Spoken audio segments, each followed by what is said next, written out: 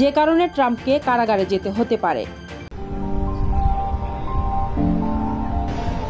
ঘুষ দেওয়ার ফৌজদারি মামলায় মার্কিন সাবেক প্রেসিডেন্ট ডোনাল্ড ট্রাম্পের বিচার চলছে নিউ ইয়র্কের ম্যানহাটনের একটি আদালতে। আদেশ লঙ্ঘনের দায়ে আদালতে ডোনাল্ড ট্রাম্পকে $9,000 জরিমানা করা হয়েছে। একই সঙ্গে বিচারক তাকে সতর্ক করে বলেছেন, পরবর্তীতে আবারও আদালতের আদেশ লঙ্ঘন করলে জেলে যেতে হতে পারে তাকে। নিউ ইয়র্কের ওই আদালত 30 এপ্রিল এই আদেশ দেন।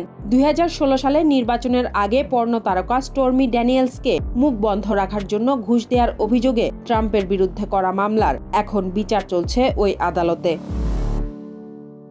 শুনানি চলাকালে আদেশ ছিল ট্রাম্প যেন প্রকাশ্যে মামলার সাক্ষী, বিচারক বা আদালতের কর্মী এবং তাদের আত্মীয়স্বজনকে আক্রমণ না করেন। কিন্তু সাবেক প্রেসিডেন্ট 9 বার এই আদেশ লঙ্ঘন করেছেন বলে প্রতীয়মান হয়েছে আদালতের কাছে।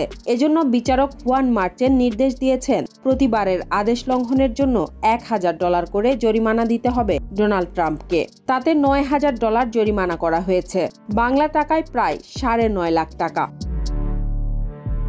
একই সঙ্গে তার নিজের তৈরি করা সামাজিক যোগাযোগ মাধ্যম ট্রুথ সোশ্যাল থেকে 7টি এবং প্রেসিডেন্ট নির্বাচনের প্রচারণার ওয়েবসাইট থেকে 2টি পোস্ট সরিয়ে নেওয়ার নির্দেশও দেওয়া হয়েছে তাকে।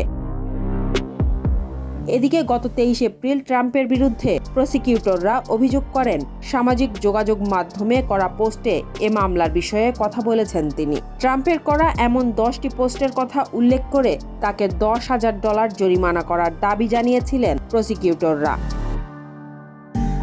সেসব পোস্টে সাবেক এই প্রেসিডেন্ট ঘুষ মামলার সম্ভাব্য সাক্ষীদের অপমান করেছেন এবং জুরির নিরপেক্ষতা নিয়ে প্রশ্ন তুলেছেন ট্রাম্প। আদালতের আদেশ অমান্য করলে যুক্তরাষ্ট্রে 30 দিনের কারাদণ্ডের বিধান রয়েছে। ফলে নতুন করে এই অভিযোগ প্রমাণিত হলে ট্রাম্পকে 30 দিনের জন্য কারাগারে পাঠানোর নির্দেশও দিতে পারবেন বিচারক। ট্রাম্পের কারাগারে যাবার বিষয়টি সময়ের ব্যাপার মাত্র। আজকাল রিপোর্ট, নিউ ইয়র্ক।